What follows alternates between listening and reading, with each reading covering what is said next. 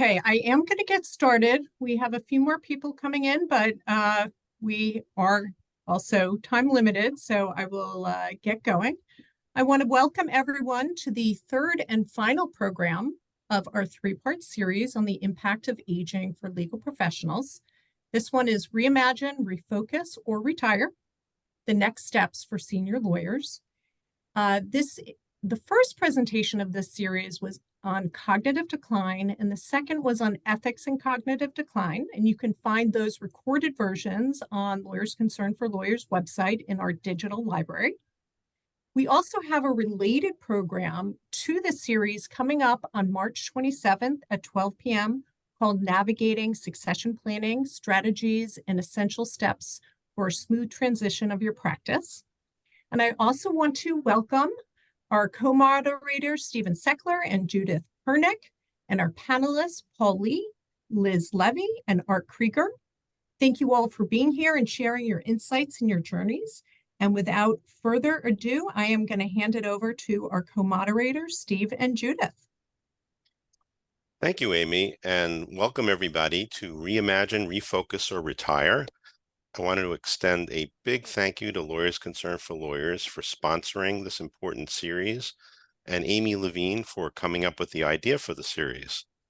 LCL provides invaluable resources to our legal community, and this program is just one small sample of how LCL is raising awareness of mental health issues. I would also like to extend a big thank you to Judith Kurnick. Judith and I have been collaborating on these presentations around the country, and I continue to learn so much from her on this subject. Most importantly, I want to extend a big thank you to Paul Lee, Liz Levy, and Art Kreiger for sharing their stories. This program is really about the panelists. We're not going to present a lot of formal remarks. We are gathered mainly to hear from three lawyers who have led interesting legal careers and have made successful transitions into a new phase of their lives. As you will see, all three have practiced in very different environments. All three have come to their transitions from different circumstances, but all three have found very fulfilling ways to spend their time after they left the full-time practice of law. Our program will run until about 5:15 p.m. We encourage you to ask questions in the Q&A function, and time permitting, we'll get to them probably later in the program. For each of you, this is a journey, and each of you have your own story. We encourage you to reach out to us after the program if you would like to have a conversation about the direction you would like to go. All of the panelists have said that they would be willing to speak with you. In addition, Judith Kurnick and I, who work with lawyers on these issues, are available for a complimentary 30-minute conversation. So for starters, here's my story. I spent the first part of my legal career working for Massachusetts Continuing Legal Education.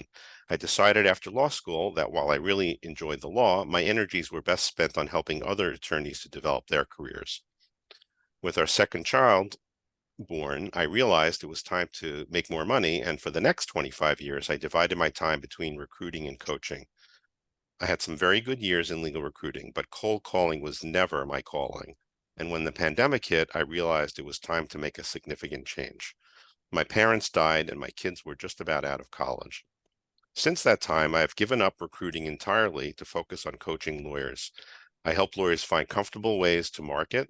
I work with lawyers like yourselves on career transitions, and I help attorneys become better leaders in their law firms or corporate law departments. I've also picked up a lot of new extracurricular activities, including joining a men's choir. You could see me in a kilt this Saturday in Newton if you're interested. I'm doing some mentoring. I'm making more of an effort to visit family around the country and friends, and I've invested some of my time and energy improving my squash game. Most importantly, I've never been happier professionally. Coaching is truly my calling, and I feel very lucky that I was able to walk away from recruiting, which can be very lucrative. And now, Judith, if you can say a few words about your background. Thanks, Steve, and it's a pleasure to be here with all of you. I actually had a slightly different start. I spent years in rigorous training to be a classical violinist, and brought that discipline and internal pressure and drive to achieve to a career in communications as a journalist and speechwriter and a C-suite executive. at top tier institutions, like the Philadelphia Orchestra. And by age 60, I had a national reputation in my field, but I was also starting to feel tired. But I pushed through because I couldn't imagine life without that work identity and focus. And at my age, what else could I possibly do? It took me years of feeling burned out before I realized that I could use my expertise and experience to become an executive transition coach for this new life stage. In fact, it took 3 visits to an ER where they restarted my heart for me to recognize that I couldn't keep up the same pace. Why? Because I was paralyzed with fear. And eventually, I got lucky, and a friend just said to me, if you could do anything in the world, what would it be? Well, I had studied coaching as part of a master's program years before, had loved the informal coaching I was doing in my full-time roles, and I realized that I wanted to give other achievers the guidance and support I wished I'd had. So I've worked with scores of high achievers, lawyers, executives, and business owners. And I've also had time to learn kayaking, to travel, do a daily exercise program, take a course here and there, and be with the cutest baby ever, who I'm going to visit for 2 weeks, starting this weekend. So even though it's a different situation from lawyers, we have a lot in common, whether it's training, precedent, striving, measuring success. I recognize it all. So I'll turn it back to you, Steve. Okay, thanks, Judith. And Judith never, ever talks about her grandchild, so don't worry. I'm just jealous, actually. Okay, I'd like to say a few quick words about why these transitions are so challenging for high-performing professionals like attorneys. And I'm not going to go into great detail, but I just wanted to kind of give you the high level. We've done this presentation where we've gone into much greater detail. Today, we're really here to hear from Paul, Liz, and Art.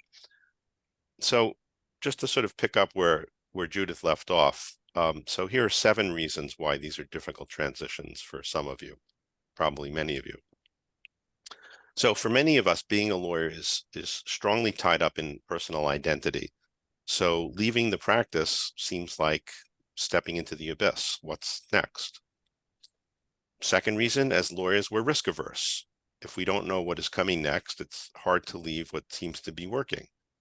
And it's actually an occupational hazard that we have as lawyers. We spend our days thinking about what can go wrong for our clients, and that can really get in the way when we're trying to contemplate making change of our own. Third reason, a lot of lawyers have trouble seeing a future without a connection to work because work brings status. It also brings social connection. Fourth reason, lawyers are always used to getting to the next level. If we leave the practice or make a transition, it's not clear what the next rung is on the ladder. 5, lawyers believe that their clients need them and don't want to work with other lawyers. We all like to be wanted, but we also sometimes get the distorted view that our clients can't live without us. 6, giving up the income is hard. No one that I've ever met has ever thought they had enough money to retire, but actually in many instances that's probably not true.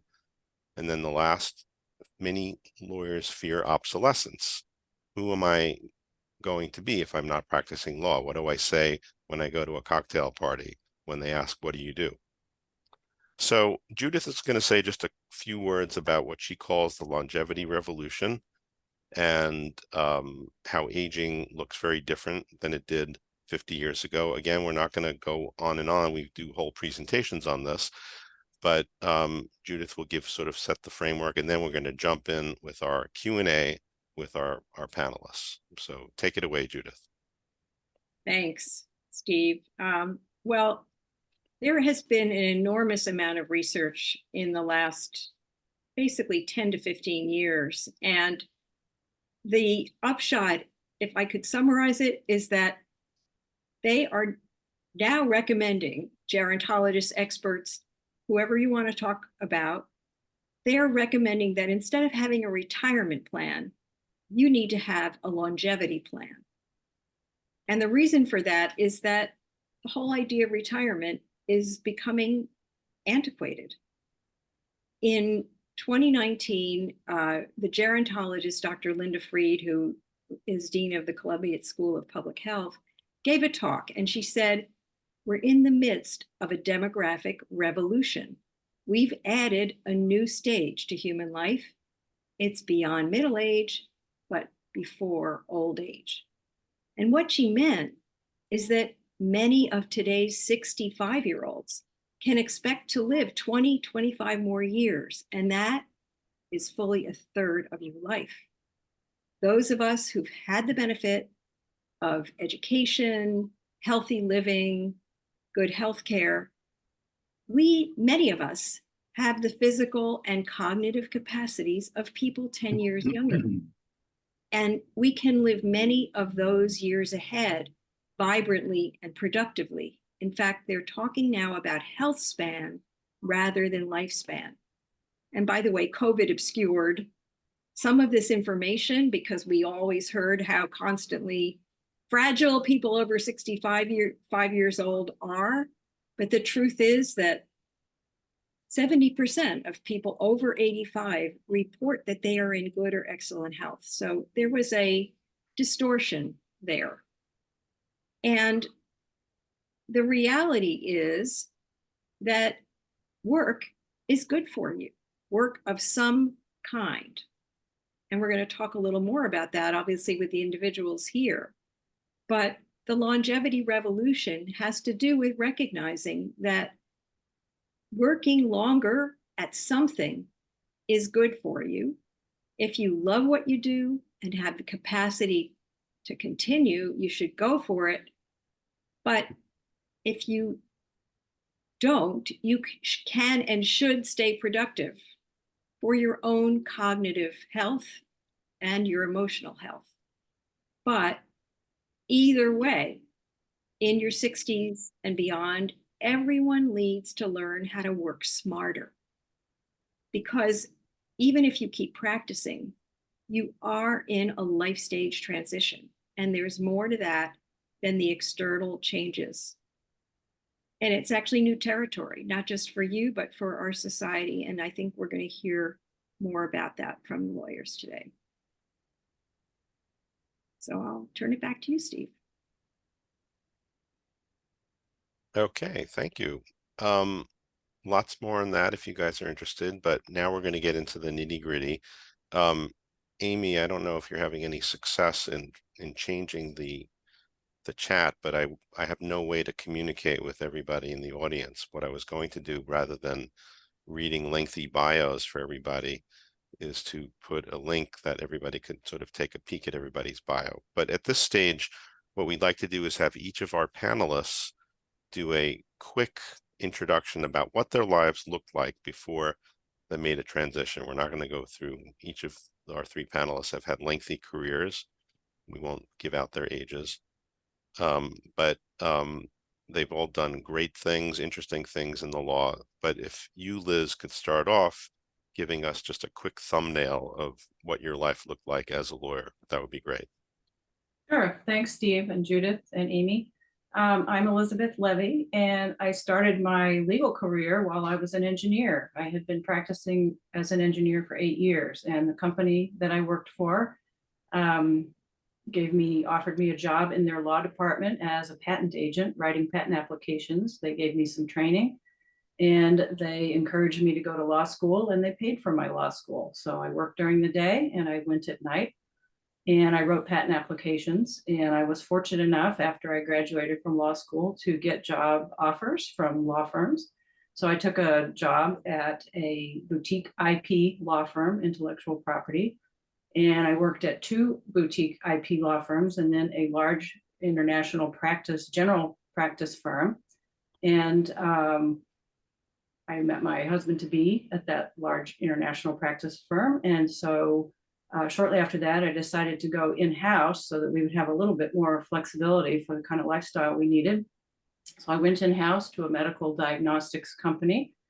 And I worked there for up to, I think, 12 years. And I did IP law, and then I did general corporate law and a little bit of regulatory work. And then I went to a university, and I was IP counsel for a large university. And that was a fantastic job, and I enjoyed that very much. And unexpectedly, I lost my job several years before I would have expected to retire. So I was not really prepared for that. And the circumstances around that were such that I wasn't able to go back to work or look for work right away. So I found myself having to think about what my next move was without really having planned to be in retirement or planned to even think about it. Okay, thanks, Liz. We're going to hear more about Liz's thought process after that as we get further into this. But Art, do you want to give a quick thumbnail of your illustrious career? Sure. Thanks, everyone. My career path was, for better or worse, a little bit of a straighter line than Liz's. 4 years at Palmer and Dodge, and my heart was in environmental law and environmental issues. Environmental law was burgeoning at the time. And so Steve Anderson and I each left Palmer and Dodge and formed Anderson and Kreiger, an environmental land use and municipal law firm. And that firm grew and diversified over the years. It's not a full service firm, but it does a number of related areas. That's still one of the some of the core areas, but now there are related areas as well: real estate, litigation, et cetera. And I stayed at Anderson and Kreiger until the point of starting to ramp down, which we'll get to, I think, in one of the succeeding questions. So, as of 2015, our kids were out of school. We had several aging parents. My wife and I did. I was a senior partner at Anderson and Kreiger, which had now at that time around 40 lawyers, and that was my career up to the point of transition. Okay, and Paul. Hi, everybody. I'm Paul Lee. I'm a retired partner at Goodwin Proctor. I started my legal career in New York City at a major law firm. I worked there for 4 years and then decided that I really did like Boston better. So I came back up to Boston and joined Goodwin Proctor as an associate, became a partner. I was a partner for about 30 years and doing corporate practice, working with public companies, privately held companies, doing mergers and acquisitions. Really enjoyed the work, really enjoyed my colleagues, really enjoyed being a Goodwin Proctor partner.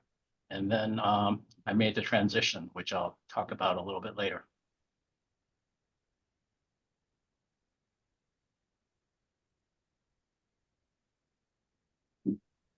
So I would be curious, particularly for you, Paul, since we don't have any inkling, what was the primary motivation for you to make a change?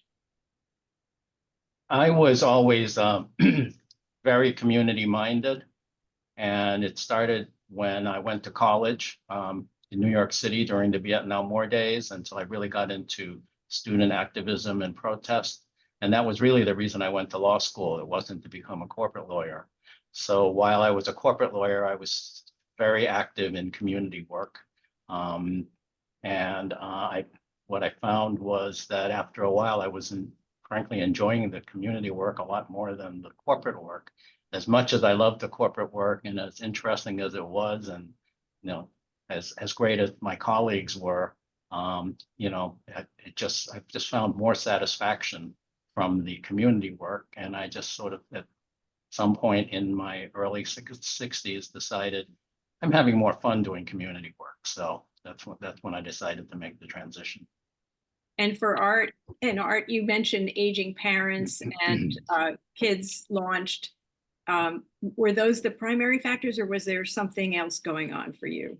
There are other factors. I think of push factors and pull factors like they do in immigration circles.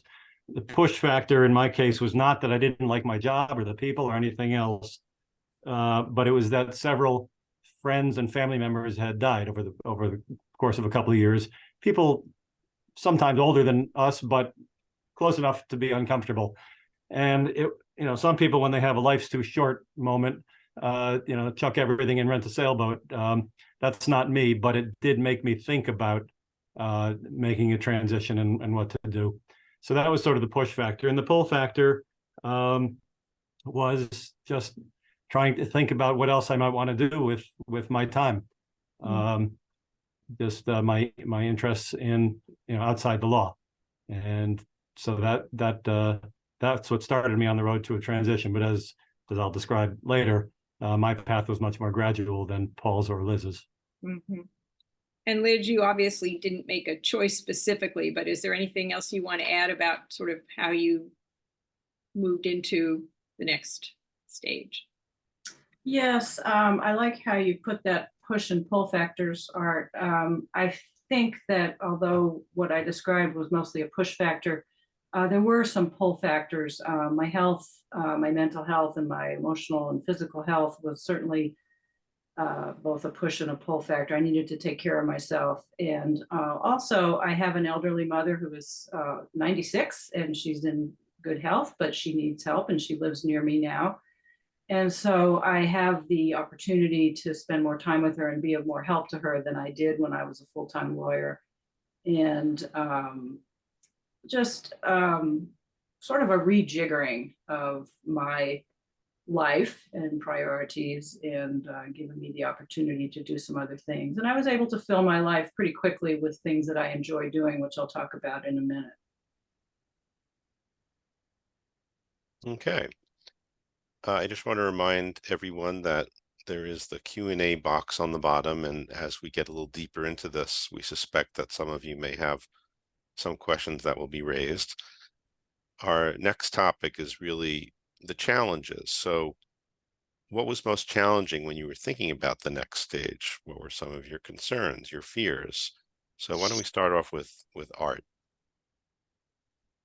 Steve, when you talked about the 7 reasons it's hard for lawyers to think about these issues, you touched on some of what I saw as the challenges.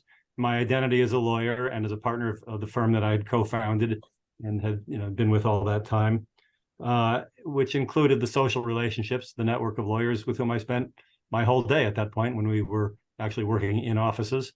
And there was also the irrevocability of it, the sense that if you step off the track, you're not going to get back on. Even my own firm wouldn't have to take me back if I wanted to after 2 or 3 years. They would have moved on. So it's what you call being risk averse, and what's the next rung on the ladder, Steve? I mean, that's all tied up with it, and that was some of what I was thinking. And then on the firm side, since you've developed a set of clients and handled a bunch of matters, and you want and trained a bunch of younger lawyers, you want that to continue. You don't want that to crumble when you walk out the door. So there's a concern about what kind of professional legacy you're going to leave when you do take these steps. So that's one of the things I was thinking about. How much was the pandemic? Because you're the only one. Let's say, I think Liz, you made your transition before. I thought. Sorry, Amy just chatted something to me, but what was, lost my train of thought. Oh yeah, so Liz, you made your transition before the pandemic, right? Yeah, so Art, you're the only one that kind of lived through the pandemic. So to what extent did the pandemic kind of accelerate things for you? Well, my transition started, as I said, in 2015, and so it was well before the pandemic. It did accelerate it a little bit. But the indirect impact was that the pandemic was one of the reasons that my wife retired. And so that just made us think about the financial impacts of my continuing to transition out of practice. But that wasn't enough to slow me down. If anything, the pandemic did speed it up, because you lost the day-to-day social relationships anyway. You lost your sort of mental connection with the office every morning.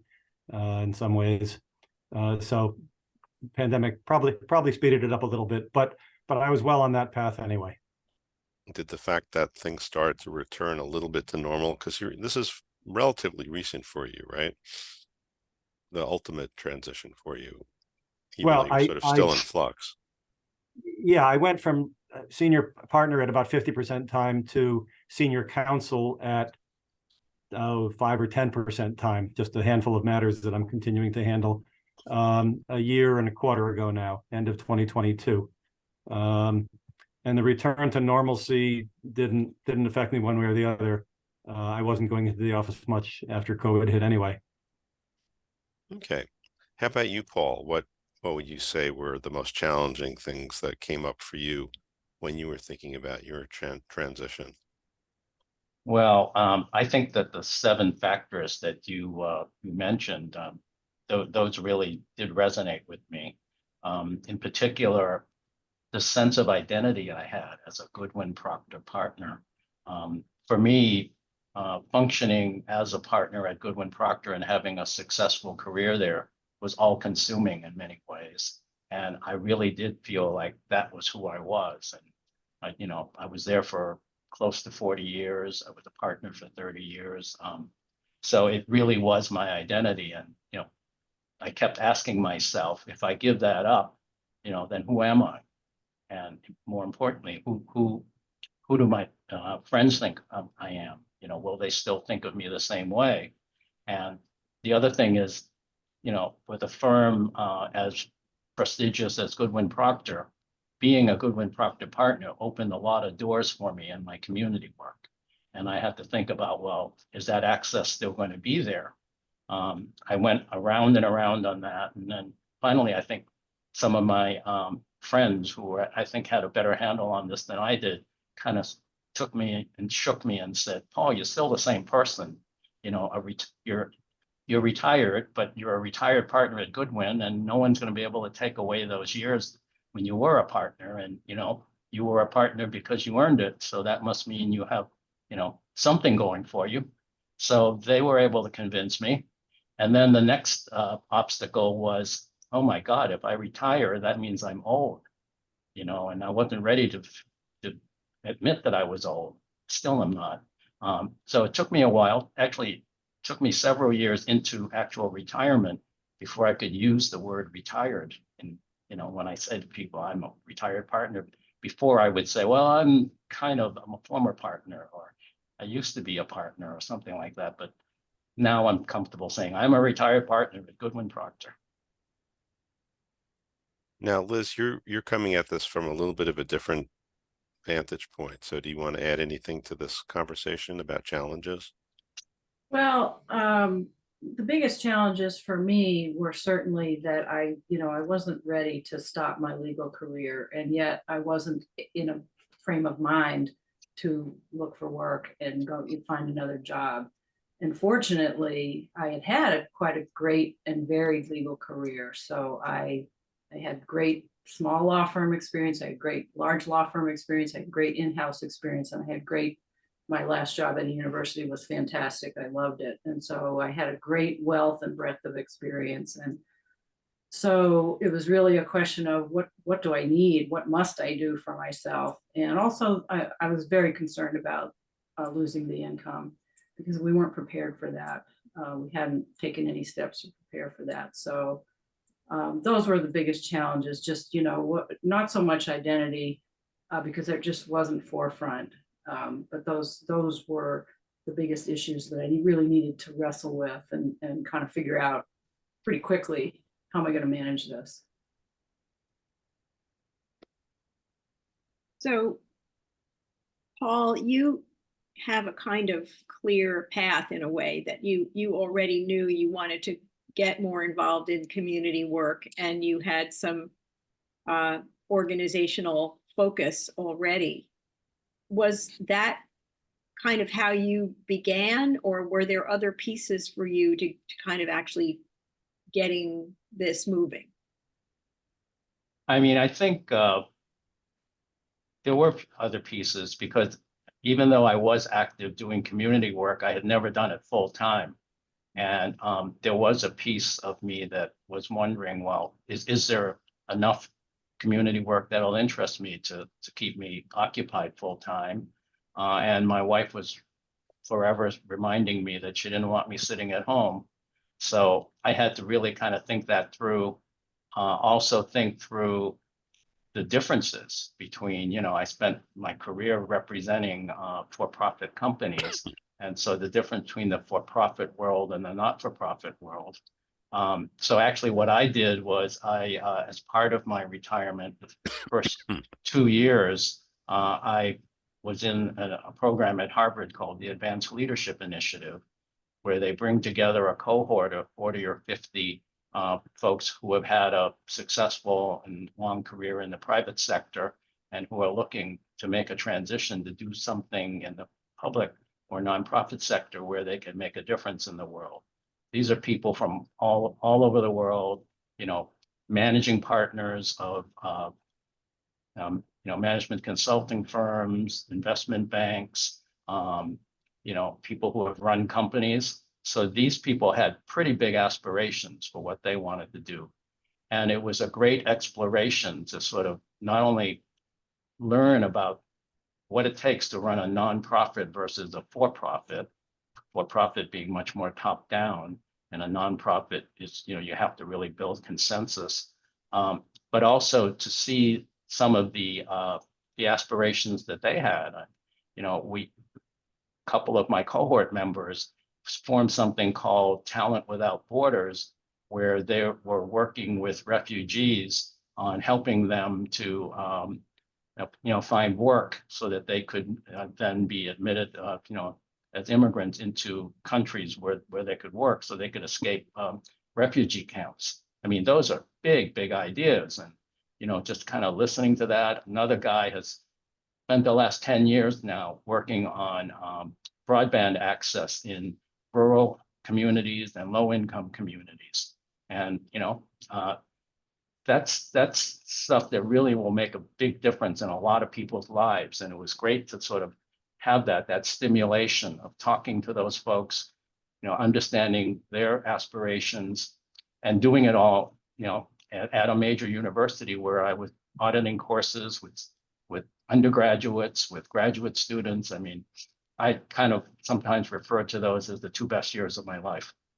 So you really jumped in full speed in a program like that. And I know that there are a lot of ways that people can get that sort of perspective and not perhaps go as full speed and as deeply and perhaps what may have been expensively. There are a lot of different ways, depending on the community you're in, to find out about volunteer activities and particularly nonprofit needs. If that's an area that interests you, the nonprofit community is very different than the corporate involvement in corporate environment. And it does take learning and adjustment, but many communities have options for learning about that. And even groups that are talking about what can you do? How can adults contribute beyond their full-time careers? Yeah, and along those lines, I would note that a lot of the local colleges and universities have policies where they permit local residents to audit courses at their schools free of charge. Yes, that's right. Art, what about your exploration? Sort of where did you start? You started, you knew you were winding down, but how did you do that while you were still working? I didn't even conceive of it as winding down yet. I just conceived of it as carving out a little time from my career to explore something else. I had gone straight from law school to clerkship to Palmer Dodge, Sanderson and Kreiger. And my wife had asked me for several years, what would you do if you couldn't be a lawyer? Just could you imagine anything else? Partly just as a thought experiment. But in 2015, I decided to learn more about environmental issues more systematically. As a litigator, I learned a tremendous amount about environmental stuff, but sometimes very narrowly focused. So I wanted to learn more systematically, and I wanted to actually get my hands on it and not be behind a desk. So I went through the certification program from the Massachusetts Master Gardeners Association. There is such an association in every state, but it's sometimes affiliated with the land-grant colleges. Here it's an independent nonprofit. So I became a master gardener in 2015, just taking that course 1 day a week. So I was still working 80% time plus, plus more, because during all the class breaks, I'd be outside trying to get cell phone reception to check up on my emails and call clients back and see how the associates were doing with various things. And I had no idea where it would lead. It was a much more gradual and stepwise transition than either Paul's or Liz's, I think. I did that for a couple of years at 80%, decided maybe 60% as I got more into more volunteer and paying landscaping and gardening activities. I cut my hours more till I wound up at about 50%, as I said, during 2020, 2021, et cetera. But I wasn't sure where it would lead in 2015. I just knew I wanted to explore another interest, made the time to do it, and took it from there. I would add that that Art's firm has a culture of this, and that one of his partners, who preceded you, Bill preceded you, right? He made his exit before you did. Yeah. So it's an unusual cluster of partners who've all done this, that have all explored things without actually leaving. They've sort of done little tests, little experiments. And Judith and I always encourage our clients to sort of be thinking in that way, that you don't have to make one giant leap. If you have the opportunity to plan for it, that can be very helpful. So Liz, you talked about prioritizing your mental health and emotional health, and obviously you had a desire and a need to spend time with your mom, and so there was that priority for you. Where did the sort of next work / activity focus come in for you? How did that evolve? In terms of planning the transition, is that what you mean? Yeah, and if you did plan, not everybody does. Yeah. Witness art in a lot of ways. Yeah. Well, I think I because I needed to focus on my health, that really was sort of the structure around which I needed to build the next 6 months to a year. And so I needed to catch up on sleep, and I needed to make sure that, my health was taking me in the right direction, so that I could be in the right frame of mind to think about working if I wanted to, or if I felt I could. In the meantime, I needed to find a way to structure my days so that I wasn't just sitting staring into space. Be helpful to my mom, be helpful to my husband, be helpful to my friends, to be helpful to that around the house, things that needed to be done, I could do. My husband and I decided that we should downsize, and so that was a big thing that occupied me, was really taking a big role in helping us get out of our big house and get it ready to be shown and sold and all that. So once you kind of have a larger picture plan, then, I could see my role as, really helping to facilitate that. My husband was still working and is still working. So, I was able to get sort of in gear to make these things happen that were going to help both of us move to the next square. Mm-hmm. Steve, do you want to follow up? Okay, so now let's stop hiding the ball. We've heard a little bit about what you're all doing. Why don't we start again with Art? Give us sort of a more in-depth description of what you're doing now. So part of it is still legal work. I'm doing about half a dozen mediations, adjudicatory hearings, a couple of land use disputes, basically things that I can handle myself without drawing on a lot of firm resources, either associate or paralegal or secretarial. Don't need to be in the office to do them. I'm on several mediation panels, which goes back 30 years. And so 5, 10, 20 hours a month, depending on the month. I'm doing half a dozen of those matters. which is nice to keep a little money coming in, to keep some of the connections with the firm, connections with colleagues in the legal community, and to preserve that little part of that identity. My second very part-time career is as a native plant landscaper and gardener, both volunteer at Drumlin Farm, at the Longfellow House in Cambridge, various other public and private places. And I have about half a dozen paying clients. So I'm actually doing the designing and the planting and the removing of invasives, et cetera, which was wonderful during COVID. Got me outside working, if not by myself, then at least spaced from other people. And it's been tremendously satisfying to be out in gardens, in nature, in woods, wherever I am, and doing that. So those are the two sort of structured parts of my life, other than family. But the family now consists of a mother-in-law who's turning 100 this week, and 2 grandchildren who are local. So, I mean, they talk about the sandwich generation. I think of myself as being in the club sandwich generation, since there are 4 levels to it. So there's a lot of family and of course the activities with my wife.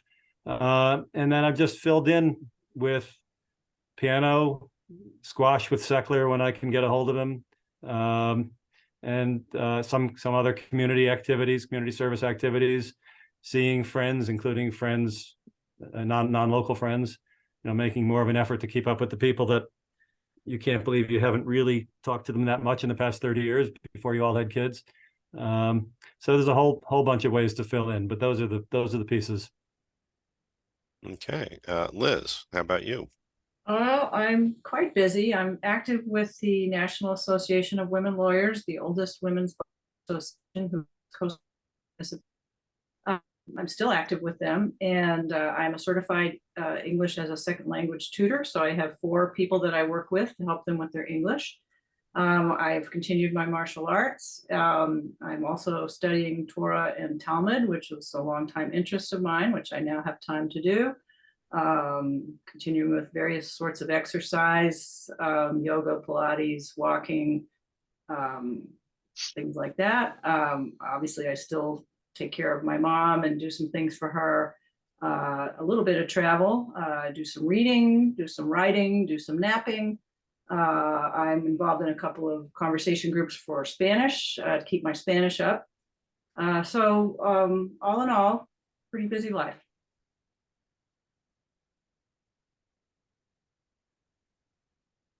We talk about fulfillment, and before changing your career structure, as it were, a lot of us thought about productivity in a certain way, namely, how much did we earn? What did we produce? How would you measure fulfillment today? And I'm just going to put it out there to whoever would like to answer that first, because it might take a minute.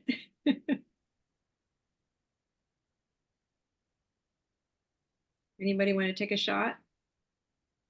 Well, I will. I think of it as I'm doing a lot of things that I like to do, and I'm doing a lot of things that check off a lot of boxes in terms of physical activity, mental activity, social activity. Those are all important things to me. And so I feel like I've achieved a good balance of those types of things. So I feel that I enjoy the activities that I'm doing, and I enjoy the fact that I have time to do them, and I have time to do things like walk my dog and take an occasional nap. So I appreciate the space that is in between all the activities. Paul, what about you? How do you measure your fulfillment? Yeah, I mean, my fulfillment is that I'm doing what I want to do, and what I want to do is to serve the community and make a difference in my community. So I'm, currently on the boards of Conservation Law Foundation, an environmental organization, WGBH, so public TV, the Asian Community Development Corporation, building affordable housing in Chinatown, where I grew up. And I just finished 10 years on the Boston Foundation Board, which is the major foundation for the community. But my passion project right now is really working in the Asian community to bring it together. It's a very diverse and dispersed community.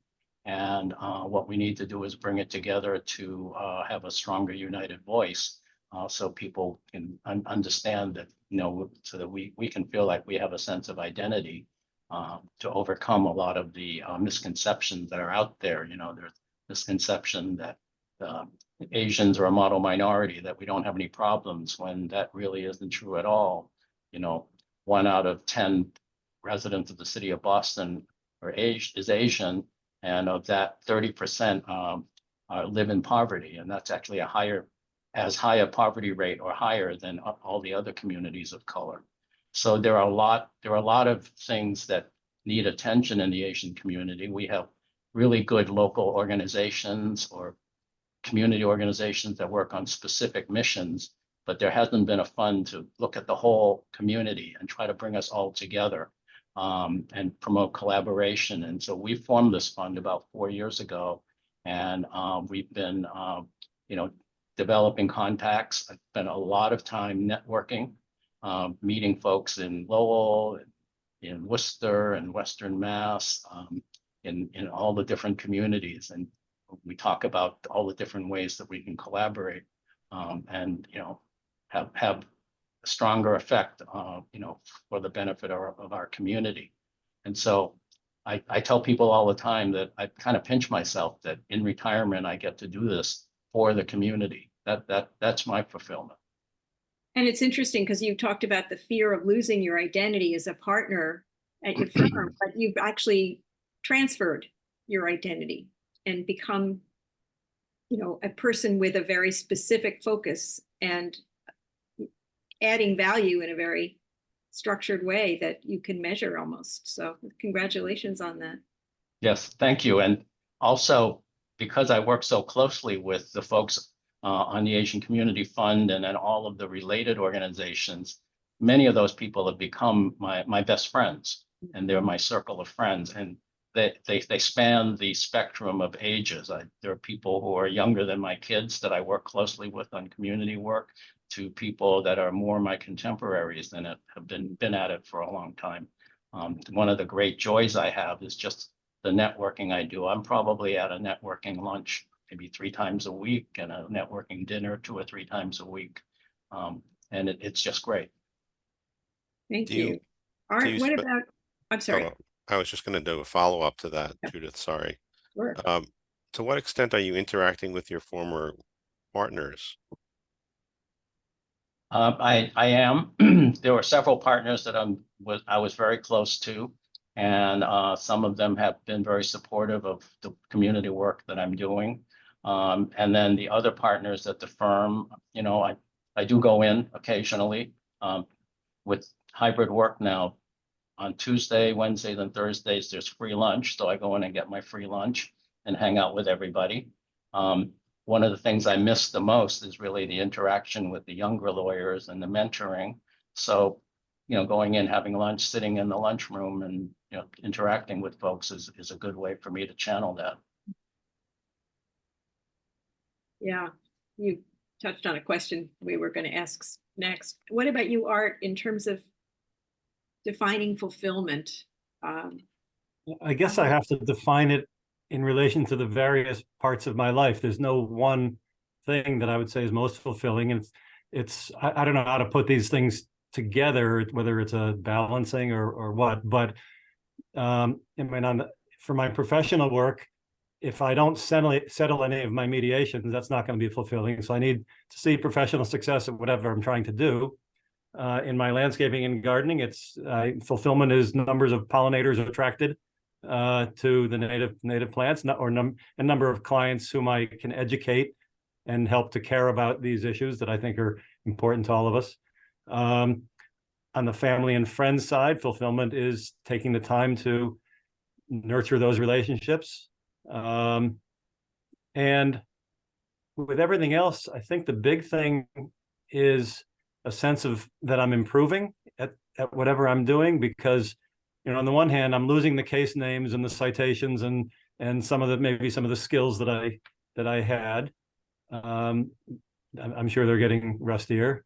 So whether it's improving at piano or pickleball or ultimate frisbee or anything else that I'm doing, you want a sense that you're still developing and improving as a person, because now that's your life, or that's a big part of your life.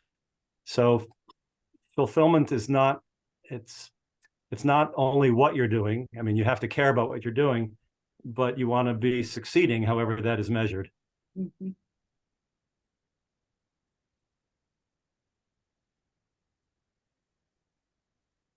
Steve, do you want to pick up? I'm looking at some questions that we got here, deciding whether or not it's all right. Well, maybe this is sort of a good pickup to that. I don't know if anybody here wants to weigh in on this. I certainly can if nobody else does, or Judith can, I'm sure. But what are some options for those who don't want to practice anymore, or can't practice anymore, but still want to make money? What could be some options?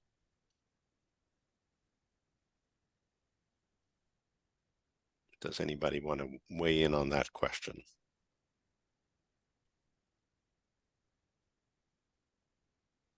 Well, I guess I would say that, to be a successful lawyer, you have a lot of really valuable skills. So the thing is to think about how you want to use those skills. I have not chosen to seek, income in my community work, but I'll tell you that every board that I serve on, they always turn to the lawyers for leadership, for chairing committees, for even chairing the board. So, you have a built-in advantage with the legal skills you have, the advocacy, the analytical skills, and the knowledge of law. So whether you're practicing law or not, you are very valuable in a lot of settings. I would add to that it's different for every person. And that's why it's important to think about this in a kind of strategic way.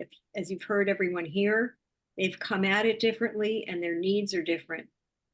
And whatever skills you have, as Paul said, what do you want to use going forward? And then exploring the strengths that you have and the things that drive you and give you fulfillment. And all of those are kind of a roadmap in their own way to figuring out how do you combine. A lot of people combine a passion with their skills and do something in a totally new area, but they're very marketable because they bring that experience, as Paul mentioned. So it's hard to generalize about that. You really need to take some time and focus on it. I mean, honestly, that's something that Judith and I can spend quite a bit of time working on with our clients. And it takes a while to sort of uncover some of those things. Sometimes there are law adjacent types of things that somebody transitions into. Maybe getting into, the fact that a lot of lawyers, you might get involved in some kind of a business that wants to interact with and meet lawyers, and you're like an ambassador, an entree. If you wanted to do something a little bit more entrepreneurial, there could be opportunities for training, maybe a little bit of teaching. I have a friend that's just doing tax returns, just because he just wants to keep himself a little bit busy. That's not practicing law, but the list is very long of what you could do. It's almost like what isn't possible. It's really, the options are significant. And it's not just volunteer opportunities. There's lots of things that one can do. In a law firm, I'm sorry, go on. Now, can I just, the questions seem to ask about law adjacent things, as you refer to, Steve. But I guess, at least in my case, I'm making some money, not family sustaining money, but it's some money from something that's completely unrelated to law. Exactly. And my wife, retired as a lawyer and is doing contact tracing and public health outreach for the city of Somerville, which is a paid position. So, I mean, if you have whatever your interests are outside the law, you may be able to turn one or more of them into some kind of paid position. Yeah, or consulting. Consulting is absolutely a kind of role that many organizations and companies are using more, because positions involve benefits and they don't want to do that. So there are a lot of opportunities to consult, again, depending on your interests and your skills and experience.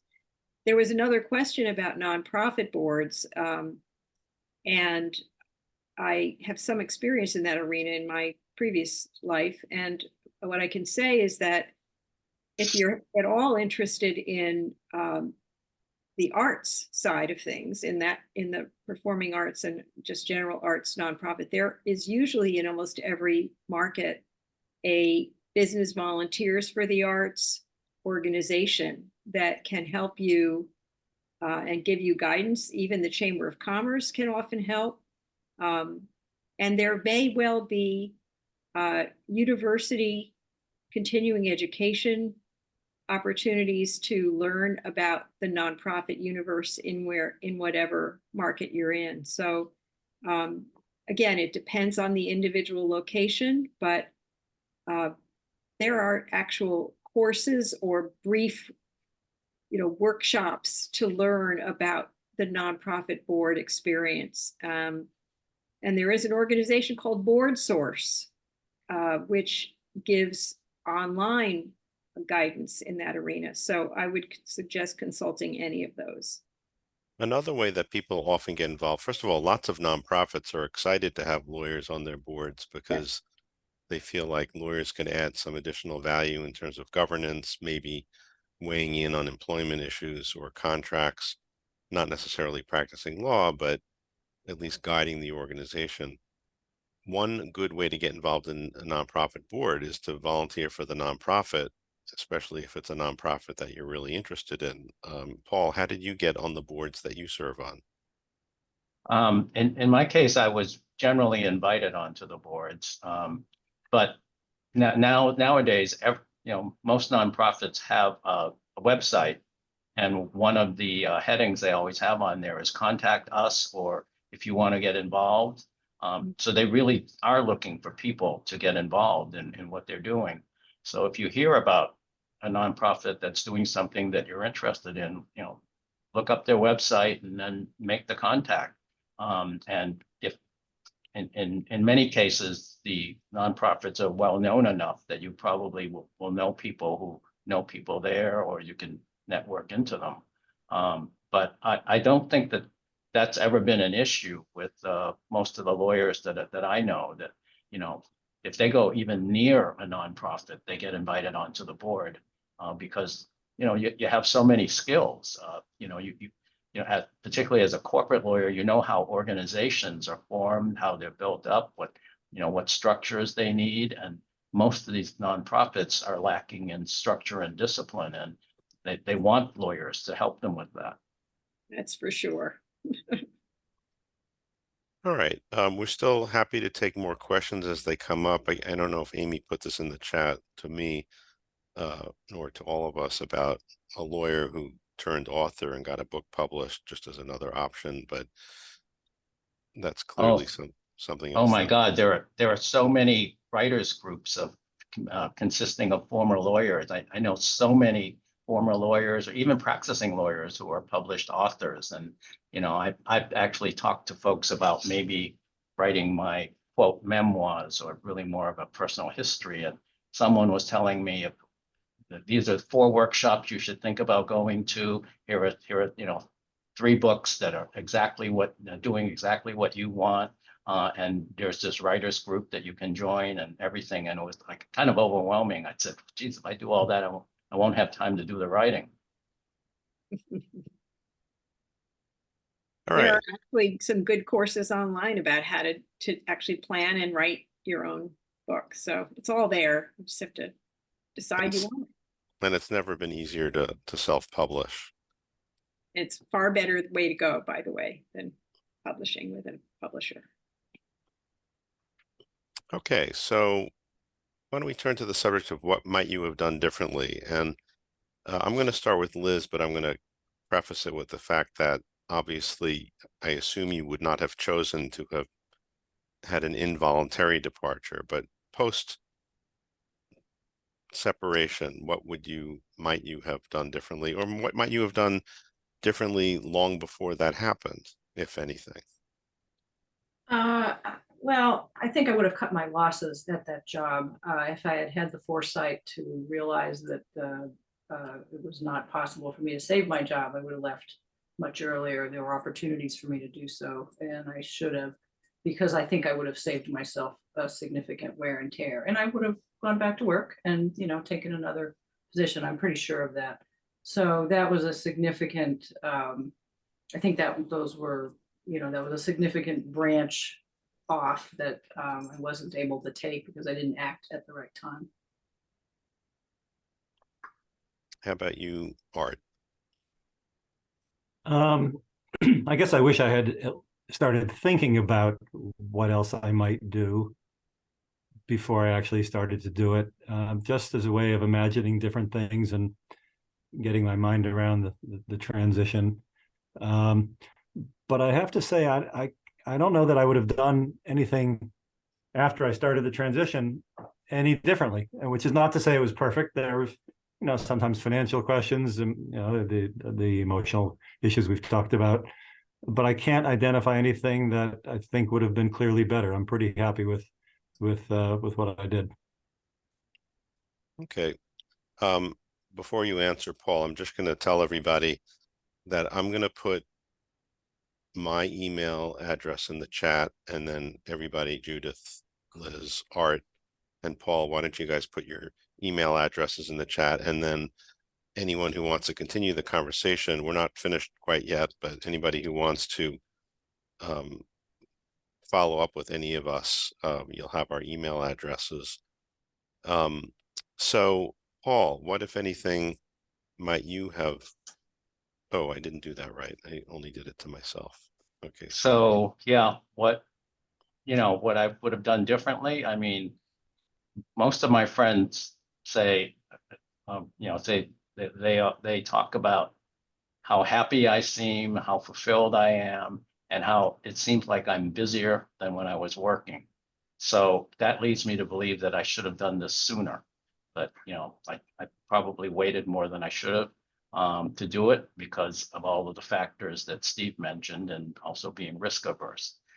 The one thing I might have done more of is that while I was at Harvard or any college that, you know, that you're at, I might have thought more about teaching, because I think that's a way to really stay involved in that vibrant community of younger folks who are, you know, in the aspirational stages of their lives and who are still learning. And it's that you know, joint learning that I think really stimulates me. So I would love to have more opportunity to interact with folks in the academic setting. So that I might have done that a little bit differently.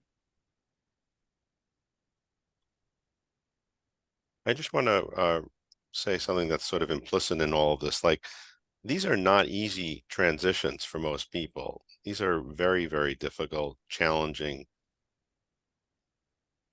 issues that most people that are at this stage in their careers grapple with, even if you have a plan, even if you are executing your plan. So if you're feeling at all in any way intimidated, overwhelmed by how seemingly seamless Paul, Art, and eventually Liz's transitions were, and Judith's, you know, there's a lot of stuff that went on behind the scenes, and getting out and talking to friends, other colleagues who have gone through these transitions, or if it's helpful, talking to a coach. This is not something that you're going to probably resolve overnight. And Judith has a suggestion around that, about, you know, your notebook suggestion. Yeah, I was just thinking about that. What I like to suggest people do is get a notebook. And I personally encourage it to be a real physical notebook rather than something on your device, but it's up to you. I suggest people do it take it with them somewhere and get a drink of choice, put up your feet and think about what you love about being a lawyer, what you want more of, and what you want less of in your daily life, and just jot down what comes up. And just keep that notebook someplace where you can go back to it and add and play around and throw things in there. They don't have to be finished ideas, but what you're doing is just getting a sense of what's inside you, which we often don't have any time or opportunity to explore. So what very often happens is when you've had that happening for a while with the notebook and you've thrown some things in there, they become more present in your mind, and then something might show up in the environment that clicks in a way that it wouldn't have if you weren't giving yourself that opportunity to reflect a little. Can I add one thing to that? And maybe this goes without saying, but I'll say it anyway. As was probably apparent from some of my comments, my wife has played a critical role in the steps that I've taken. And if you have a partner or a spouse, it really is a joint decision. It's joint financially, it's joint in terms of whether you're hanging around the house, it's joint in terms of whether you now have time to do things together. It's joint just because that person, if you have such a person, knows you better than anybody else. And and as useful as it might be to write things down in a journal, it's even, to my mind, more useful to have somebody who knows you well, asking the probing questions and working toward the decisions with you. So it's not we've made it sound like this is all, me or Liz or Paul sitting down and deciding what we want to do. Far from it. And it shouldn't be that way. It's hard. It's much harder to do it, I think, without any of the feedback and any of the discussion. I see the comment about, again, Harvard having an institute for retirement. There are a lot of universities starting to offer things like this, courses or workshops for people. They see a nice moneymaker, and I don't blame them. There are also groups, if you just go online, there are all kinds of groups, whether it's on Facebook or the AARP has things. There's a lot of resources out there. If you just sort of Google the word retirement or unretirement or next chapter or anything that you want to use, encore career, all of these are terms that are being thrown around. But I think the most important thing I would say to people to wrap this up is just what you're seeing here is people who are thinking can do. They're thinking, there's more to life than what I have just done. And a lot of the fear that we all have is in our heads. It's not real. The truth is there is an opportunity for you if you feel that you are ready to seize it. But getting to that point can be the toughest thing. It was for me. Anything that any of you miss about active practice? Anybody want to weigh in on that? We're about just a couple more minutes left before Amy gives us the cane. Well, I'll say that I miss working with sophisticated clients who understand what lawyers do and work with me. I think of it as running a relay with your client, and you're handing the baton back and forth. And I miss, this is a cliche, but it's true, I miss building the plane while you're flying it, because you're learning something and you're teaching it to the people that need to learn it, and you're running the same relay. And I love the excitement of that.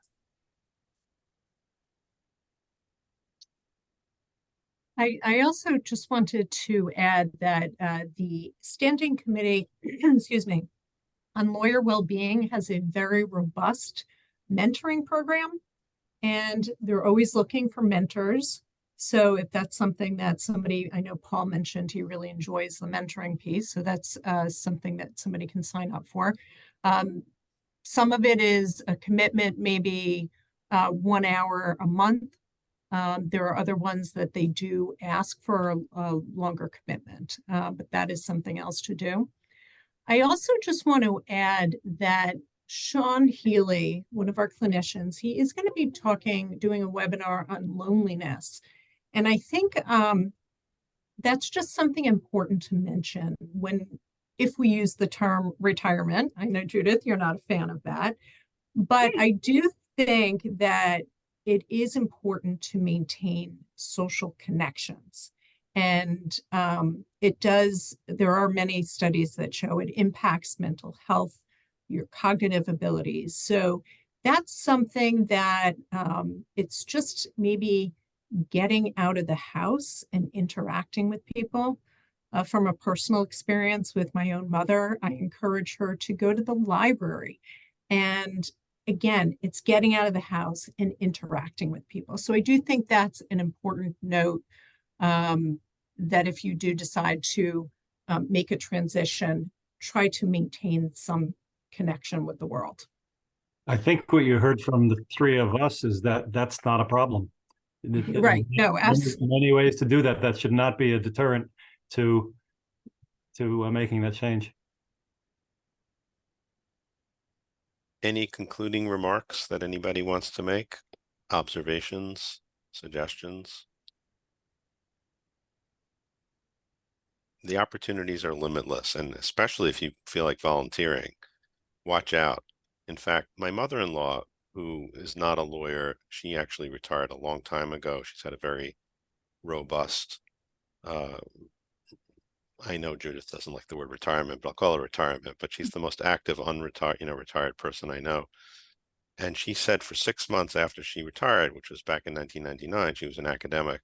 She didn't take on any responsibilities for 6 months. She just sort of allowed people she tested out things, but she didn't commit to anything. And everybody wanted her because she's a doer. In fact, at 88, she just published a book called Don't Play Like a Girl. She self-published it, about growing up as an academic wife, even though she was an academic herself in the 1950s, 60s, and 70s. So you don't have to commit to things. That's actually one of the great things about this stage of life. You know, you get to try things out. I was in a rock choir in the fall. I was the only bass.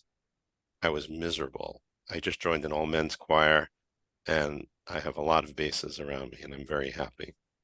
So you can keep experimenting with things. Yeah, and I would just say, be comfortable with saying no if somebody approaches you and asks you to do something, and it just doesn't catch your interest. You don't have any fire or passion about it. Say no, because if you don't, you'll get roped in, and then you'll be miserable. All right. Well, I know on behalf, Amy, once again, thank you so much for organizing this. Judith, always a pleasure to work on these panels with you. And of course, most importantly, Liz, Art, and Paul, thank you so much for donating your time and your thoughts and your wisdom on these subjects. Thank you all so much. I do want to add one more thing, that we are going to be doing a webinar on alternative careers. So for that person who did ask the question, you might want to tune into that webinar and find out how else you can use your law degree.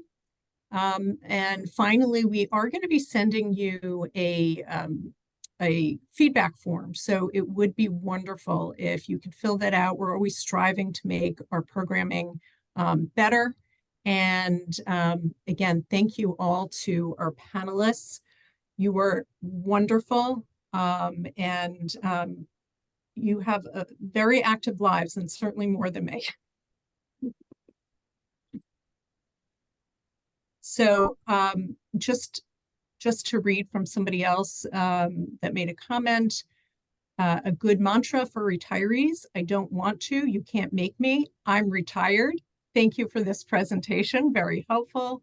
And again, somebody else said, thank you very much for the participation, it was very helpful. So agreed. And again, thank you all. And for those that do want to watch this back, you will receive a link to the recording, and it will be on our website as well.